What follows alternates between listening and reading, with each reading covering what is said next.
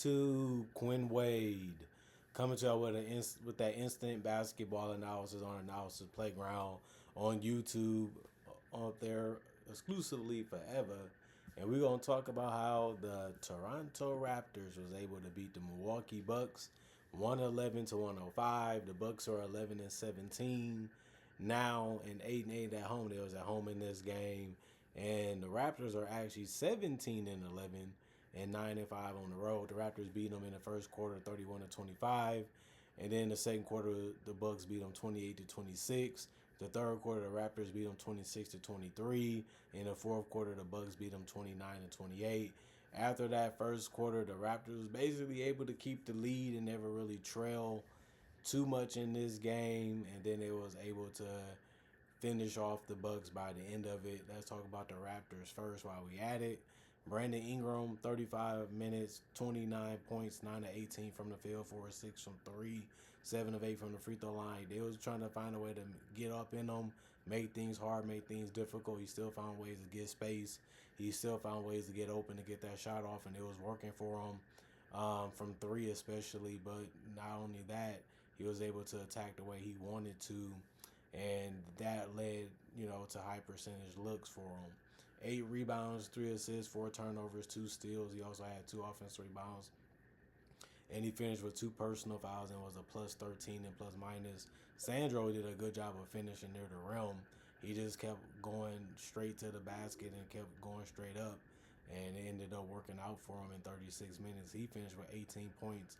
He was 8 of 12 from the field, 2 of 6 from 3, 7 rebounds, 2 assists, 1 steal, 2 offensive rebounds, 3 personal fouls, and a plus 6 and plus minus. Scotty Barnes, he did a good job of rebounding the ball. Just like all the other starters, they all got a rebounder more. They all got an assist or more. They all also got a steal, which is really difficult to do, but they was able to do that as a starting lineup group. Also, the bench ended up getting a rebounder more too. But Scotty Barnes, 36 minutes, 24 points, 10 of 14 shooting from the field, 2 of 3 from the three-point line, 2 of 5 from the free throw line, and he ended up having 2 assists, but it did come with 5 turnovers, which is a lot. He also had 2 steals and 2 blocks, which was good. He was actually the only guy on the team to get a block or more in this game. He also had 5 offensive rebounds and was a plus 6 and plus minus. When Scotty Barnes is feeling it, he's a tough cover because he can pull up from 3 like he did in this game, and it was just a bucket. Then he can also attack you in the paint and get those shots near the rim or in the mid-range, and he's starting to find a way to be more consistent with hitting those perimeter shots, because that's what the defense is going to try to give up to him. And now he's showing you that he can make them, and now he just has to keep doing it at a good percentage to show that he's just a well-rounded player on both ends of the court like he showed tonight. Emmanuel Quickly was the only starter to not get in double figures in points, but he did get 10 assists.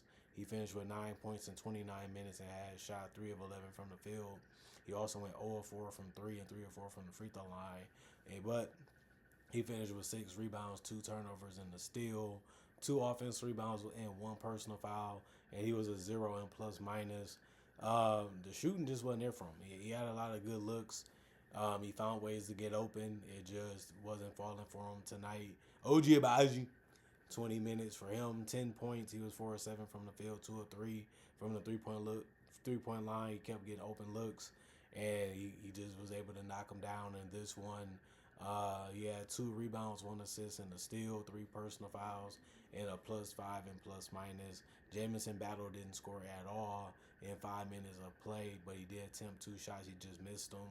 He also did get 2 rebounds, assists, and a turnover, and 1 personal foul, and finished as a 0 and plus minus. Colin Murray Boyle, 17 minutes, 4 points, 2 of 3 from the field. He went 0 of 1 from 3, had 4 boards and a steal, 4 personal fouls for him. He was just out there trying to fight. That's all he could do. That's all he could bring to the table. He had some good looks and was able to drop them. Only missed a 3. That's the only shot that he missed, and that's a tough shot. It's the hardest shot in the game. Jamal Shead didn't shoot the ball that great because he went 1 of 5 from 3. He even went 1 of 2 from the free throw line, but he finished 3 of 9 from the field, so he had 8 points by the end of the game. He also played 23 minutes and got 11 assists, which was really good for him. He also had 2 rebounds, 3 turnovers, and 2 personal fouls, and a plus 2 and plus minus by him already knowing where his teammates was at on the court. It was just about finding a way to see if they can make the shot. He didn't know that until it went in, so he was able to rack up a lot of assists for get rid of the ball early and often. Jacoby Walter, 19 minutes, 3 points, 1 of 3 from the field, or 1 from 3, 1 of 2 from the free throw line, 2 rebounds, 1 assist, 2 personal fouls, and a -2 and plus minus. Um, just making a 2 point shot in the three was better than giving absolutely nothing. So you have to be happy with the fact that he did get some boards and he did get a steal and get assists, because you rather them contribute something than nothing. And then Grady Dick was able to splash in 2 threes, going 2 of 4 from 3, 2 of 5 from the field, had 6 points in 18 minutes, 1 rebound, 1 turnover. The rebound was offensive, and he had a personal foul and finish as a 0 and plus minus. 42 of 84, 50% from the field, 13 of 35, 37% from 3, 14 of 21, 67% from the free throw line, 45 rebounds, 31 assists, 16 turnovers, 9 steals, 12 offensive rebounds, and 20 personal fouls for them. And then the Bucks, they went out there and tried, and they gave it their all. It wasn't enough, but they did lead in this game, and they did give Toronto some trouble. But Miles Turner, 31 minutes, 21 points for him. He was shooting that jump shot in this game. Sometimes it worked, sometimes it didn't. But he was 6 of 14 from the field, 4 of 10 from 3, 5 of 6 from the free throw line. He did get 6 rebounds, 2 assists, 3 offensive rebounds, and 4 personal fouls. And he finished the game as a -9 and plus minus. Jericho Sims was able to finish around the rim whenever he got good looks. And good drives right to the basket or dump offs. 26 minutes for him, 6 points, 3 or 4 from the field, 7 rebounds, the most on the team. In the starting lineup, he also had 1 assist, 4 turnovers, 4 offensive rebounds, 4 personal fouls, and was a -6 and plus minus. And then Gary Trent Jr. hit a step back side step 3, and finished for 30 minutes and had 3 points and was 1 of 8 from the field, 1 of 5 from 3. He had 2 assists, 2 steals, 1 personal foul, and it was a -15 and plus minus. Kevin Porter Jr. 40 minutes, 22 points. That was the most in the starting lineup today. He also was 7 of 18 from the field, 2 of 6 from 3, 6 of 7 from the free throw line. He was able to hit that step back mid range or that pull up mid range, kind of like a fadeaway type of shot. And if he wasn't doing that, he was getting to the basket. We'll get into the free throw line. And he was able to knock down some threes, or he was able to find a way to hurt him with the pass, which he's supposed to do as a lead guard with the ball in his hands. Is forced the team you're going against to make decisions and find a way to hurt them whenever you can by getting rid of the ball or scoring it. He did a good job of balancing that out all game. 13 assists, 22 points, meaning 20 and 10. 4 boards, 7 turnovers, though. 1 still in the block and 3 personal fouls, was a +2 and plus minus. AJ Green splashed in the 3. That's what he's out there for. But he did make a 2-pointer because he finished 2 of 5 from the field and 1 of 2 from 3 in 24 minutes. 2 rebounds, 1 assist, 1 turnover, 1 steal. 2 personal fouls and was a -3 and plus minus. And then Bobby Portis was hot again, shooting 9 of 16 from the field and finished 3 of 6 from 3. He kept getting space, he kept getting room, and he was letting it fly after that. He also finished with a double-double because he had 12 rebounds and 24 points in 39 minutes. You have to love that. He played more minutes than most starters on the Bucks today, and he actually should have, because he was just that good on both ends of the court. He also had 1 turnover, 2 steals in the block. He only had 3 personal fouls, and he did get an offensive rebound too. He also finished as a +3 and plus minus. Gary Harris was able to get a tip in, well, rebounded in the finish, and he was also able to knock down the 3 in another shot. He ended up finished for 21 minutes and had 7 points and was 3 or 4 from the field, 1 of 1 from 3. 3 rebounds, 1 assist, 1 steal, 1 offensive rebound, and was a -9 and plus minus. Just good quality minutes from him, Bobby Portis, and of course Ryan Rollins, who came off the bench and ended up playing 28 minutes. He had 17 points, did a good job of driving the basketball and also knocking down threes. And that's what he's out there to do, to be able to add pressure and force them to make decisions of how they want to cover penetration, or if they don't even want to cover and just concede a shot from the perimeter. He was able to do that, and like I said, Kevin Porter was able to knock him down too. But he went 7 of 15 from the field, 3 of 7 from 3. He also had 4 rebounds and 5 assists, but it came with 3 turnovers. He also had 3 steals, which was really good, and he also had 2 personal fouls and finished as a +7 in plus minus. Other than that, they shot 38 of 84, 45% from the field as a team. That's the same amount of shots as the Raptors. The Raptors just made more of theirs. They shot 50%. And then 15 to 37, 41% from three. They shot better than the Raptors, but they also shot 2 more threes than the Raptors and made it at a better percentage, 41 to 37. 14 to 16, 88% from the free throw line. The Raptors shot more free throws, but they made it at a worse percentage, which was 67, and they shot 21 compared to the 16 of the Bucks. Other than that, 38 rebounds, the Raptors had 45, 25 assists, the Raptors had 31, 16 turnovers, it was a tie.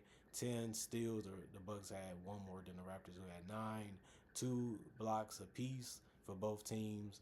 The Raptors did get more offensive rebounds, 12 to 9, and more defensive, also 33 to 29. And the Bucks committed 1 less personal foul, 19 to 20, compared to the Raptors. The Raptors was able to create a little distance, was able to keep it going, and they was able to make the Bucks take some tough shots and force them to make some tough decisions. But at the same time, the Bucks was able to answer with some big baskets and find a way to continue to riot. Like, we not going to lose this game easily. We're going to fight and try to put ourselves in a good position to be able to win it. And we're going to love that decision, and we're going to play hard as we can to make it tough for y'all to be able to win it. But the Raptors said, sure, we'll take the challenge, we'll take that test. We ready for the trials to be able to do it. And they answered it the right way by keeping the ball moving, scoring whenever they had a matchup that they liked. They was able to pull up shots fast and quick like the Bucks and answer right back. Or they just showed that we match up real good against y'all, but we have the better star power, and we're going to use that to have a good advantage over y'all, even in crunch time. And it ended up working out more for the Raptors than they did for the Bucks. No Giannis, they look at it on RJ Barrett, and we had other guys missing too. Plus, you had a lot of guys on your bench that didn't even get in the game, and they always healthy. And even though you had your best players mainly step up that the Bucks need to rely on, the Raptors said, we do too. But we're going to have ours play a little bit better than yours. And since that's what actually happened, they ended up winning the game because of that. As goofy and as silly as that can be, it ended up happening in this game. Comment, like, subscribe, share it, the notification bell to get the analysis when it first come out. Also, do conversation video just like this and about various NBA only basketball NBA content. I also do breakdowns of real footage of legends, current legends, rookies, and other future stars. I also do mock draft and draft coverage too. I also got over 4,000 videos already on my channel that you can watch right now and enjoy, and it's all for free. And on top of that, I also will have to say, try to upload videos every single day that I can, as much as I can, to give you something to watch and look forward to when it comes to basketball and NBA content. And if you love that, you should subscribe. Other than that, thanks y'all for checking out the channel. Thanks for showing love. Thanks for being loyal. Thanks for appreciating the content for what it is. Thanks for the love and support years ago and also now, and then hopefully I'll continue to do it in the future. Other than that, y'all stay blessed up. Y'all stay good. Peace. I'm signing out, and I'll see y'all hopefully later today with more analysis. Other than that, y'all enjoy y'all weekend and stay blessed up to the best of y'all ability.